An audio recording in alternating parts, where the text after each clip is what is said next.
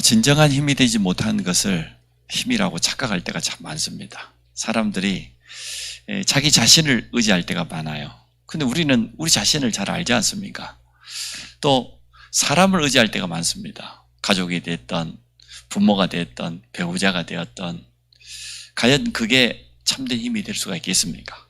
또 세상 것을 의지합니다. 세상의 작은 성공들, 물질들, 여기 세상에서 가지고 있는 배경들, 나의 위치, 과연 그게 우리에게 진짜 힘이 될 수가 있겠습니까?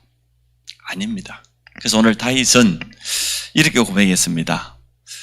나의 힘이신 여호와. 고백을 참 잘했습니다. 우리 자신이 모자란다, 잘못한다 이전에 과연 내 자신이 나의 힘이 될 수가 있냔 말이죠. 또 내 주위에 있는 많은 사람들이 나를 도울 수 있겠죠. 그러나 가장 우리가 어려움 당했을 때 진정으로 부모가, 배우자가, 가족이 나의 힘이 될 수가 있습니까? 또 세상에서 우리가 쌓아놓은 것들이 있어요. 열심히 살아온 것들이 있습니다. 또 나름대로 모아놓은 것도 있습니다. 과연 영적 문제에 만나면 그 세상 것이 우리에게 진짜 배경이 될 수 있겠습니까? 그래서 오늘 다윗은 잘 깨달은 겁니다. 나의 힘이 되신 여호와여. 하나님 주시는 참된 힘을 우리 모든 성도들이 얻으시기 바랍니다. 성경에는 두 종류의 사람을 분명히 말해주고 있습니다. 첫째가 누굽니까? 불신자입니다. 하나님 모르는 사람. 두 번째는 구원받은 성도입니다. 우리 주님이 직접 밝혔습니다. 신분 자체가 요한복음 8장 44절. 마귀 자녀요. 그러면 이 신분은 그냥 신분이 아니고 멸망 신분이지요. 불신자가 아무리 세상에서 떵떵거리고 큰 소리 치고 산다 할지라도 영적으로는 여기에 딱 소속되어 있어요. 영적 신분 자체가. 그러니까 어쩔 수 없지요. 마귀를 섬기는 것이 직접 섬기는 것보다 우상을 통하여서 또 종교를 통하여서 세상 풍속, 미신을 통하여서 마귀 섬깁니다. 성경에는 그 내용을 분명히 밝히고 있으니까요. 에베소서 2장 2절에 보니까 세상 풍속, 또 고린도전서 10장 20절에 보니까 이방인들이 드리는 제사, 귀신 섬기는 것이라고 분명히 말해주고 있습니다. 불신자는 이렇게 살아갑니다. 신분은 멸망 신분이 완전히 장악되어 있는 데다가 우상 숭배하면서 결국은 전부 다 귀신 섬기는 거잖아요. 귀신에게 이용당할 수밖에 없습니다. 영적으로 완전 장악되어 있는 데다가 자꾸만 실패할 수밖에 없는 이러한 삶을 살아가다 보니까 우리 주님이 밝혔지요. 마태복음 11장 28절에 이 사람들의 정신적인 상태입니다. 고통이지요. 수고하고 무거운 짐진 자, 여러 가지 불안, 염려, 스트레스. 어린아이들은 악몽, 가위눌림. 어른들은 그러면 괜찮습니까? 우울증으로, 불면증으로, 대인공포증으로, 공황증으로.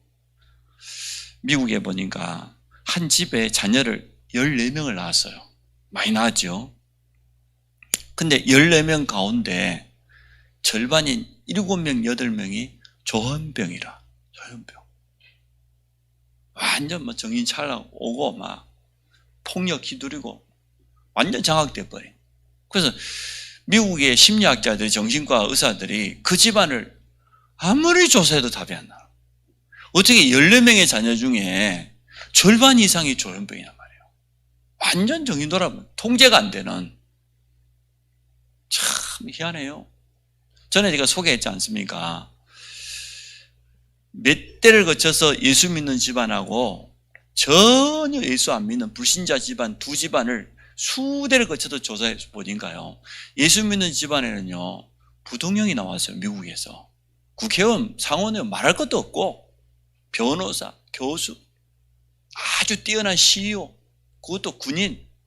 쉽게 말하면 국가에 정말로 도움되고 많은 사회에 도움되는 그러한 일꾼들이 변호사부터 줄줄이 나왔어요. 근데 이쪽에 전혀 예수 안 믿는 불신자 집안을 몇 대를 조사해 버리니까 벌써요, 감옥 들락날락 한 사람이 절반 가까이 돼요. 알코올 중독자 너무 많고, 정신병자, 범죄, 마약. 좀 극단적으로 집안을 좀 조사해야 돼. 그럴 수 있겠지만은 성경은 말하고 있습니다. 하나님을 사랑하는 자, 하나님의 계명을 지키는 자, 천대까지 복을 주겠다고. 근데 우상 숭배하는 사람은 어떻게 된다고 그랬습니까? 출애굽기 20장 4절 5절에 후손 3, 4대까지요. 저주당한다고 되어 있어요. 영적인 문제가 대물림이 내려간다고 되어 있습니다. 그 출발이 바로 신분이요. 하나님 떠나버린 인간은 아무리 인격이 고상하고 열심히 성실히 살고 많은 사람에게 베푼다 할지라도 그 신분 자체가 마귀 자녀입니다. 멸망 신분입니다. 우상숭배 하고 싶어 하는 게 아닙니다. 할 수밖에 없는 신분이에요. 그러다 보니 정신적으로 너무 어려움 당하고 말이야. 인간관계에 다 무너져 버리고, 부모 자식 간에도 안 보고 사는 사람들 요즘 참 많습니다. 거기 뭐 한 몸이라고 성경은 말했는데 부부간에도 뭐 그 별거 하고 같은 방 안 쓰고 그런 사람이 참 많다 그러더라고. 또 그게 오랫동안 그렇게 살면 또 그게 편하다네. 우리 저 목사님 한 분이 막내를 늦게 낳았어요. 늦둥이를. 막내를 놓고 난 다음에 막내 때문에 각방을 썼대. 그래가지고 언제 같이 자냐? 한 달에 한 번씩 같이 잔대요. 그래. 옆에 있는 목사님들이 기겁을 하는 거예요. 하나님께서 분명히 말했잖아. 한 몸이라고. 사람이 나누지 못한다고 그랬는데 목사가 비성경적이다. 어떻게 사모하고 목사가 각방을 쓰냐?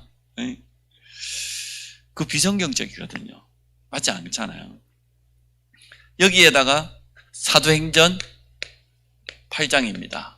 4절로 8절 사마리아 성에 보니까 육신의 많은 실패가 찾아오는 가운데 질병, 가난, 경제 문제 찾아와요. 영적으로, 정신적으로 어려움 당하다가 육신까지도 완전 실패해버려요. 그러다가 하나님 부르면 가야 될 것 아닙니까? 히브리서 9장 27절. 사람이 한번 죽는 것은 하나님이 정해놨어요. 죽음 이후에는 그냥 끝나는 게 아니고요, 심판이 기다리고 있고 하나님의 자녀는 영원한 천국이 보장되어 있지만 불신자에게는 영원한 형벌, 지옥이 기다리고 있습니다. 이러한 삶을 후손 3, 4대까지 대물림 해준다니까요. 영적인 문제를 그대로 내려주고 가요. 이게 하나님 모르는 불신자의 삶을 성경은 분명히 말해주고 있습니다. 구원은 뭡니까? 여기서 완전 빠져나오는 겁니다. 그래서 로마서 8장 2절에 보니까 죄와 사망의 법에서 해방하였느니라. 이게 죄와 저주잖아요.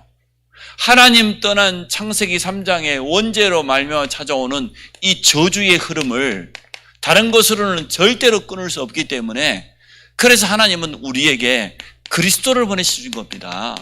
예수가 그리스도로 오셔서 우리에게 구원의 길을 열어주신 겁니다.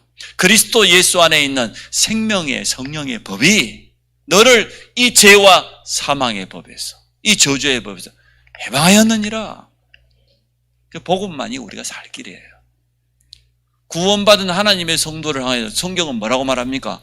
고린도전서 3장 16절에 성전, 우리 안에 하나님의 영원한 성령께서 내주하신다. 성전이에요. 하나님의 영이 내 안에 계신 내 몸이 성전입니다. 우리가 가야 될 천국도 있지만 이미 우리 안에는 하나님의 나라가 이루어져 버린 겁니다. 천국이 여기 있다 저기 있다, 너희 안에 있느니라. 하나님이 계시는 곳이 성전이잖아요.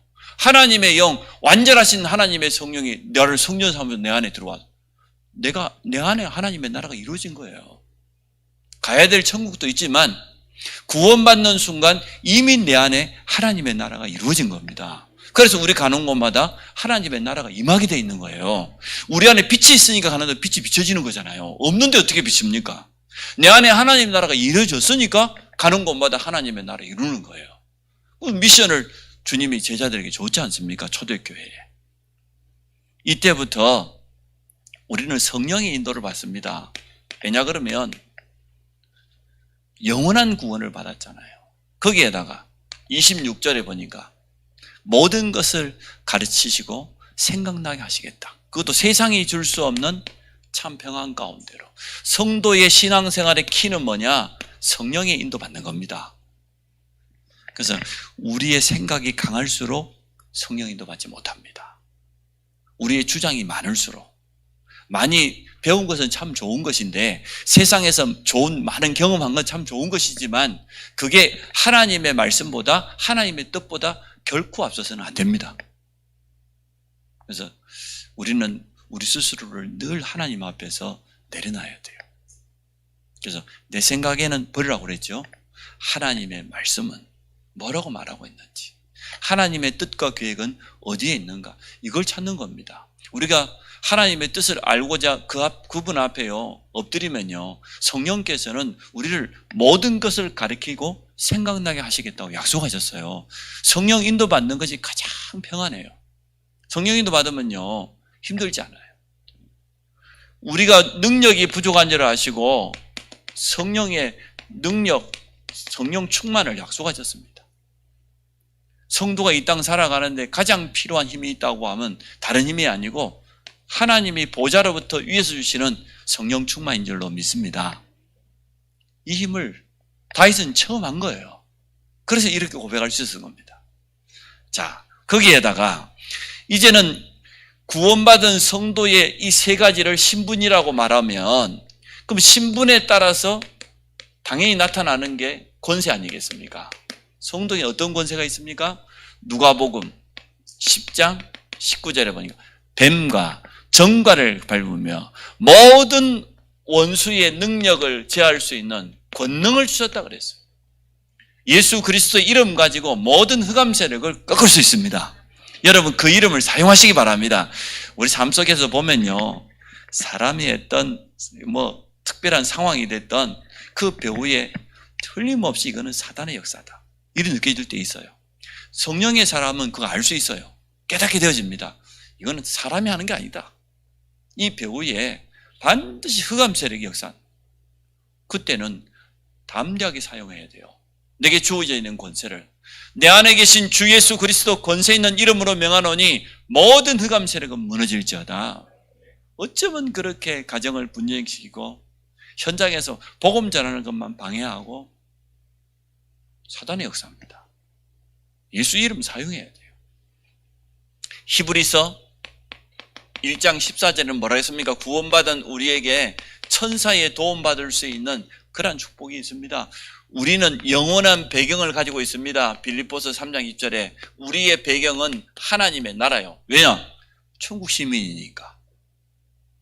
천국이 모든 성도의 배경입니다.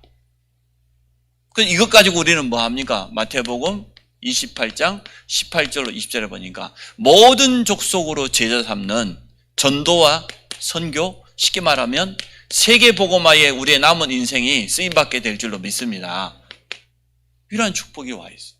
성경이 밝히고 있는 두 종류의 사람, 두 종류의 인생, 완전 죄와 저주 사망의 법 아래 있는 사람, 근데 여기서 완전 해방되어 버린 예수 그리스도로 말미암아 구원받은 성도의 축복, 이 두 가지는 성경이 분명히 밝히고 있습니다. 우리는 여기서 이렇게 바뀌어져 버린 거예요. 이렇게. 근데 한 가지만 더 말해 볼게요. 구원받은 성도 가운데 영에 속한 사람 있고요, 또 한편으로 육에 속한 자 있어요. 육에 속한 자. 육에 속한 자를 먼저 한번 말해 볼게요. 육에 속한 자, 고린도전서 3장에 보니까 이렇게 표현했어요. 시기하고 분쟁하고. 이 사람은 육에 속한 자. 과거에 그 상처, 여기서 빠져나오지 못한 사람. 구원받은 데 불구하고, 하나님의 자녀인데도 불구하고. 그러다 보니까 하나님의 일을 할 때에 늘 시험, 갈등이 떠나가죠. 세상 것에다가 마음 다 빼앗기고 육에 속한 사람, 이런 사람이 있다고 그랬어요. 구원받은데도 불구하고. 영에 속한 사람은 어떻게 됩니까? 일단은 이 사람의 특징은 예배를 사모하고 말씀을 사모합니다. 그럴 것 아닙니까? 하나님의 자녀는 하나님의 은혜를 사모해요. 이게 영에 속한 사람의 첫 번째 특징이라. 육에 속한 사람은 반대죠. 땅의 것을 좋아하지요. 땅의 것을 사모하지요. 사람이 알아주는 거 좋아하지요. 사람이 알아주지 않으면 시험 들지요. 맞지요? 교회 일을 하다 보면 갈등 생기고. 그게 육에 속했다는 증거잖아요. 영에 속한 사람은 그렇지 않습니다. 영적인 것을 사모합니다. 육에 속한 사람은 육적인 것을 사모하고, 하나님의 말씀을 사모하고, 예배를 사모하고, 은혜를 사모하고, 기도의 비밀을 가지고 실제적으로 영적 축복들을 누리기 시작합니다. 영에 속한 사람은. 그러다 보니까 하나님이 주시는 놀라운 힘도 없고 증거도 없게 되어지겠지요. 또 이 땅의 것을 사모 위의 것, 눈에 보이지 않는 영원한 하늘의 상급을 사모합니다.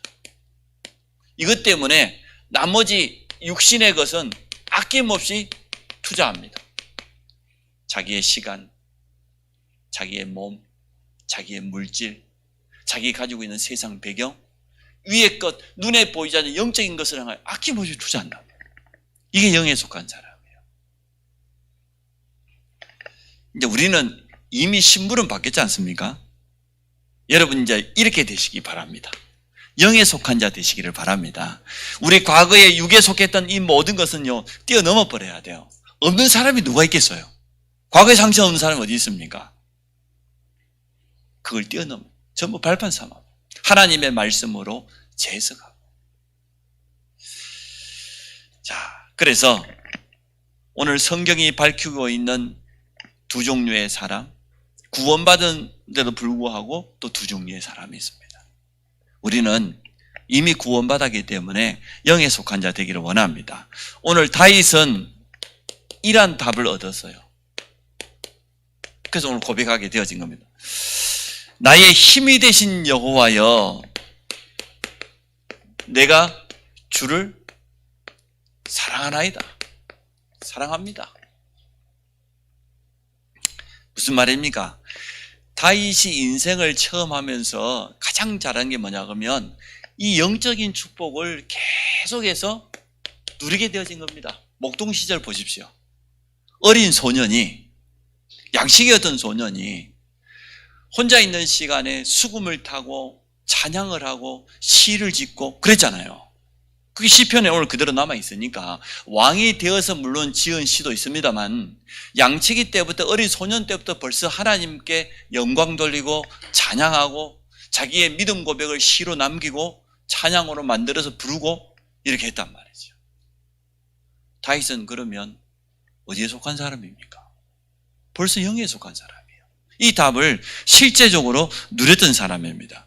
골리앗 앞에서의 고백 보면 여러분 잘 알지 않습니까? 그게 오늘 하루아침에 그냥 갑자기 나올 수 있는 고백이 아니잖아요. 평상시 다윗은 이 영적인 축복을 늘 누리고 있었던 겁니다. 그러니까 자기 인생에 위기가 찾아와 버리니까요, 자기 속에 있는 게 나올 거잖아요. 그렇죠? 문제에 큰 어려움 만나면 내 안에 있는 게 나오지 없는 게 갑자기 나오지는 않거든요. 근데 자기 속에 있는 믿음 고백을 오늘 솔직하게 한 거 아닙니까? 읽어보면 읽어볼수록 너무나 맞는 말 아니에요. 오늘 뭐라고 고백합니까? 2절에 보니까 여호와는 나의 반석이다. 쉽게 말하면 나는 절대 흔들리지 않겠다고 말이에요.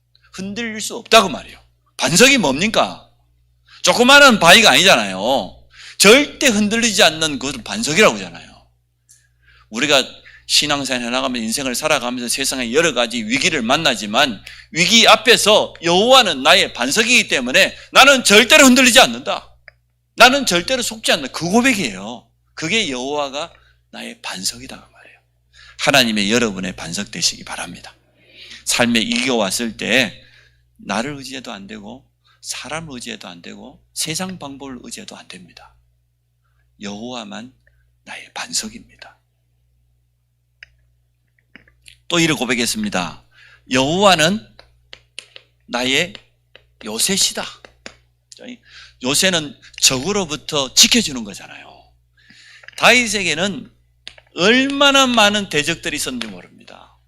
일단 골리앗을 이기고 돌아오는 순간에 이스라엘 백성들이 너무 철이 없지. 사울왕 영적인 상태를 좀 알았더라고. 본래 국민들, 백성들은 철이 본래 없어요. 당연한 건데 사울을 보고는 천천히요, 다윗을 보고는 만만이라고 그랬으니 얼마나 사울이 기분이 나빴겠어요. 저 이름도 없는 무명의 양치기가 말이에요, 골리앗을 잡긴 참 잘 잡았는데, 그 말 듣는 순간 그때부터 이제 쉽게 말하면은 이 시기의 영이 사울에게 완전 들어갑니다. 다윗을 죽이려고 얼마나 했습니까? 그때마다 하나님은요, 다윗에게 피할 길을 다 열어주신 거였죠. 가장 자기를 미워해야 될 사울왕의 아들 요나단이요, 끝까지 보호하잖아요. 끝까지 지켜주잖아요. 그래서 하나님께서 그렇게 하신 것 아닙니까? 대적들로부터 나를 지키시는 나의 요새시다.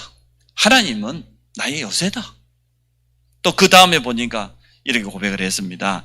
나를 건지시는 이, 큰 어려움 속에서, 환난 가운데서, 죽음의 위기 속에서 나를 건지시는 이요, 나의 하나님이시요, 내가 그 앞에서 피할 나의 바위시다. 양식이 아닌 사람은 이 말을 몰라요. 왜 하나님이 나의 바위냐? 하나님이 나의 요새, 그 말은 군인이라면 누구나 알아들을 수 있는 말인데, 이때는 이미 이제 군인이었으니까요. 전쟁 때 나갔다 온 사람이었으니까. 또 그 다음에 고백합니다. 나의 방패시다. 어찌 보면 똑같은 말이지요. 모든 이기로부터 나를 보호할 정도로 나를 막아주시는 방패요, 이제는 나의 구원의 뿌리시다. 오늘 찬양을 참 잘했습니다. 나의 피할 산성이시다. 여러분, 이기 만나면 누구 찾아갑니까? 진짜 여호와가 나의 산성이요, 나의 피할 요새라고 고백합니까? 정말 그렇게 합니까? 문제 만나면 그렇게 신앙 고백하시기 바랍니다. 그런데 뭐 대부분 여자분들은 주로 친구한테 전화한다고 그래요. 남자들은 주로 술집에 가겠죠. 혼자 가서 퍼마시고 그냥 누구한테 말도 못하고 자존심은 상하고 그런 것 아닙니까? 다윗은 기도 속에서 하나님 앞에 그대로 고백한 걸 보게 돼요. 그래서 오늘 제목을 보면 그냥 제목이 아니에요. 여호와는 나의 요새다, 나의 방패다, 나의 산성이다, 나의 구원의 뿌리로다. 자, 이렇게 고백을 했습니다. 근데 3절에 또 보세요. 내가 찬송받으시 여호와께 아뢰리니 내 원수들에게서 구원을 얻으리로다. 쉽게 말하면 뭡니까? 하나님은 나의 기도에 반드시 응답하실 것이다. 여호와께 아랜다고 그랬잖아요. 여호와께 아랜다고 말은 기도한다고 말이지요. 기도하면은 내 원수들에게서 구원을 얻으리로다. 모든 대적들로부터 내가 승리하게 될 것이다. 여기에 확신을 가지고 있어요. 다윗의 믿음이 보통 믿음이 아니지요. 그 밑에도 이렇게 말합니다. 8절에 보니까 내가 환난 중에서 여호와께 아뢰며 나의 하나님께 부르짖었더니 그가 그의 성전에서 내 소리를 들으시며 그의 입에서 나의 부르짖음이 그의 귀에 들렸도다. 그래서 그 위에 보니까 9절에 땅이 진동하고 하나님께서 역사하면 일이 되어져요. 산들이 어떻게 한다고? 터가 요동하고 여호와의 진노로 말미암아서 말해요. 하나님의 능력을 누가 막을 자가 있겠습니까? 하나님이 지키는 자를 누가 넘어뜨릴 수가 있겠습니까? 하나님의 능력을 체험하시기 바랍니다. 오늘 다윗이 고백을 참 잘했어요. 구원의 축복이 뭔지를 아는 사람이에요. 다윗은 영적인 비밀, 특히 기도의 비밀이 뭔지를 정말 아는 사람이에요. 그래서 단순하게 여호와가 나의 목자시라고 또 여호와가 나의 힘이라고 고백한 게 아니고 위기를 만나고 대적들로 말미암아서 큰 환난을 만났는데도 불구하고 이렇게 고백할 수 있었던 겁니다. 이거는 아무나 할 수 있는 건 아니잖아요.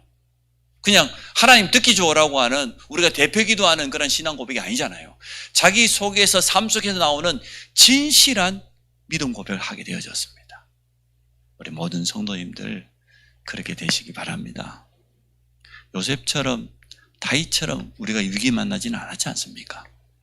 다윗은 지금 사울왕이 3,000명, 5,000명이면 이스라엘의 가장 뛰어난 군인들인데 다윗 한 사람을 잡겠다고 사울왕이 직접 그 수많은 군인을 거느리고 이스라엘을 이잡듯이 뒤졌는데요.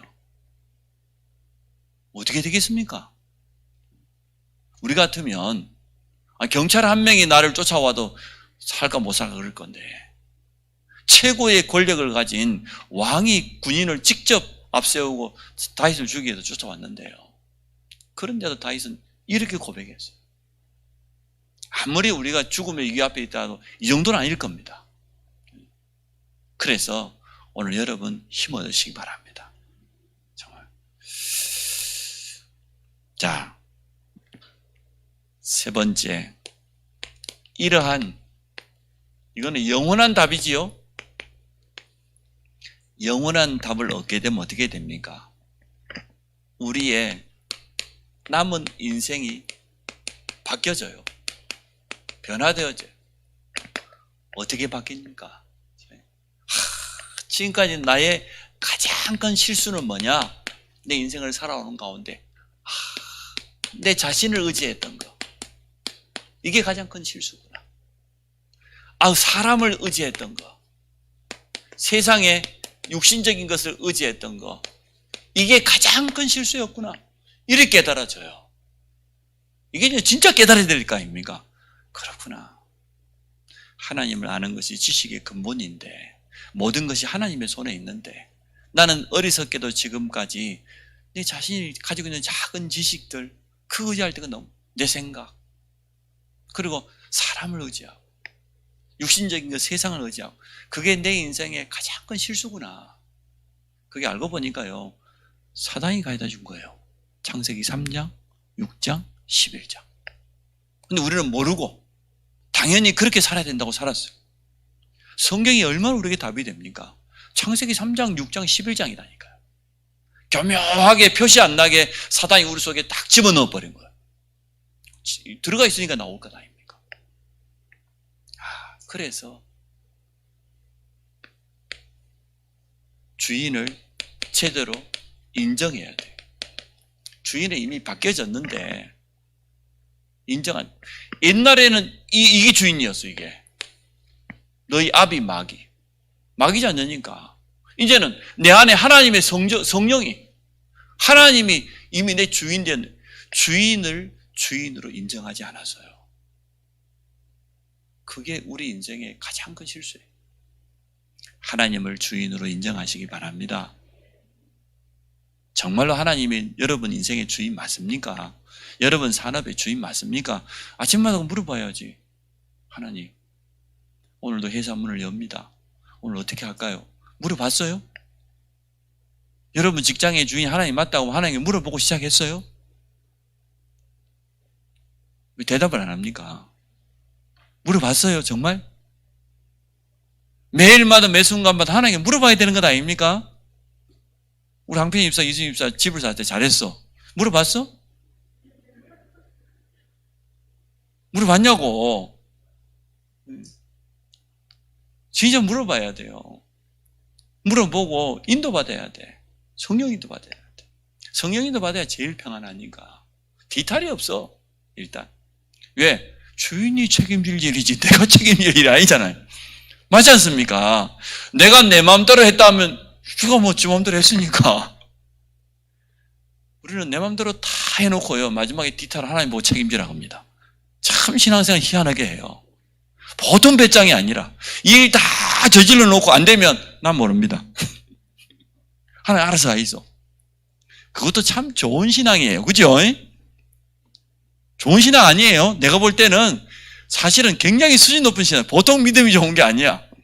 자기 하고 싶은 대로 다 해놓고 실수까지 다 해놓고 난 모릅니다. 하나님 책임져 주십시오.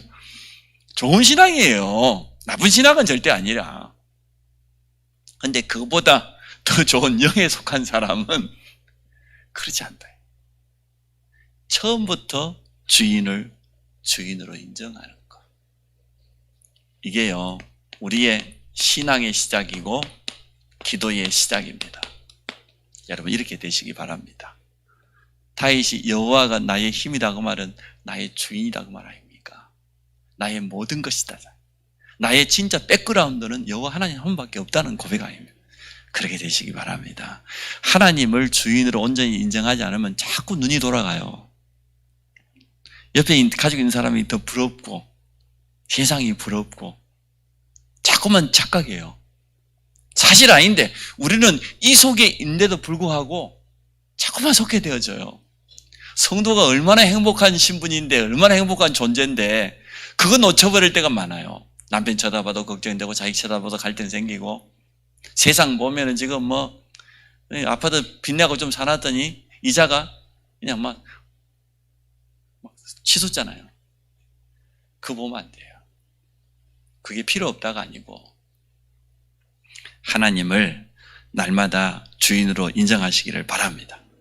이렇게 돼야 흔들리지 않는 기도가 되는 것이지 안 그러면요 내 마음이 흔들흔들 기도하면서도 감정이 너무 많이 빼앗겨. 자, 우리가 이러한 인생으로 변화되기를 원합니다. 자, 그러면 이때부터요 하나님 이러한 축복을 줄 겁니다. 만남. 어떤 만남입니까? 해답을 전달하는 만남. 나의 이익을 쫓아서 만나는 사람이 아니고 내가 가지고 있는 여호와가 내 주인 되신다는 이 해답, 이 증거를 전달하는 만남. 이런 만남을 허락해 주실 겁니다. 이렇게 흔들흔들하고 있는 인생에게 어떤 만남이 오겠습니까? 이런 만남 올 것 아닙니까? 그러나 여호와가 나의 주인 되심을 정말로 인정하고 응답받은 사람에겐 해답을 전달하는 그런 만남. 만나는 사람의 살리는 만남. 치유하는 만남. 진정한 치유는 살리는 거니까.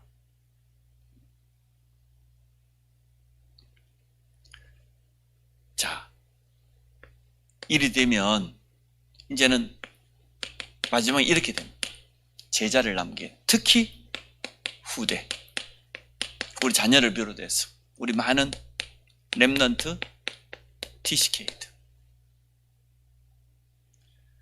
다윗이 사울왕을 피해서 도망 다닐 때 이스라엘의 가장 뛰어난 제자들은 전부 다윗에게 붙었습니다.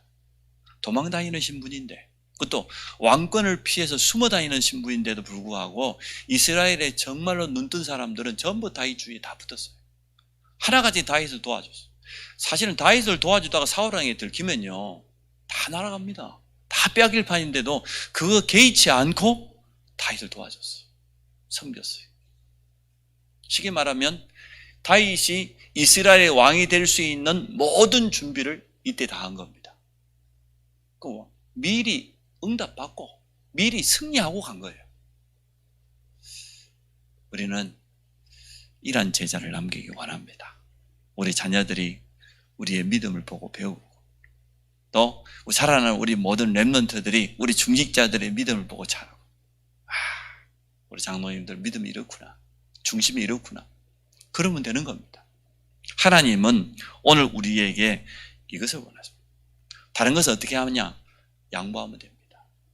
다윗은 다 양보했어요. 그리고 진짜 이 답 가지고 여러분 응답 받으시기 바랍니다. 다시 한번 말씀. 성경에서 말하고 있는 사람. 구원받은 자 중에서도 종류가 있다. 다윗은 이미 답을 가지고 있었어요. 우리도 이 응답 받을 수 있다. 그래서 변화된 인생으로 하나님께 더욱더 영광 돌리기를 주의 이름으로 축복합니다. 하나님 감사합니다. 다윗과 함께 하신 하나님이 지금 우리와 함께 하심을 믿습니다. 다윗의 믿음 고백이 우리 모든 성도의 믿음 고백될 줄로 믿습니다. 살리는 만남, 해답을 주는 만남이 우리 모든 성도들의 발걸음마다 시작되게 하여 주시고 후대 참 제자를 남길 수 있도록 축복하실 줄 믿습니다. 예수 그리스도 이름으로 기도합니다. 아멘.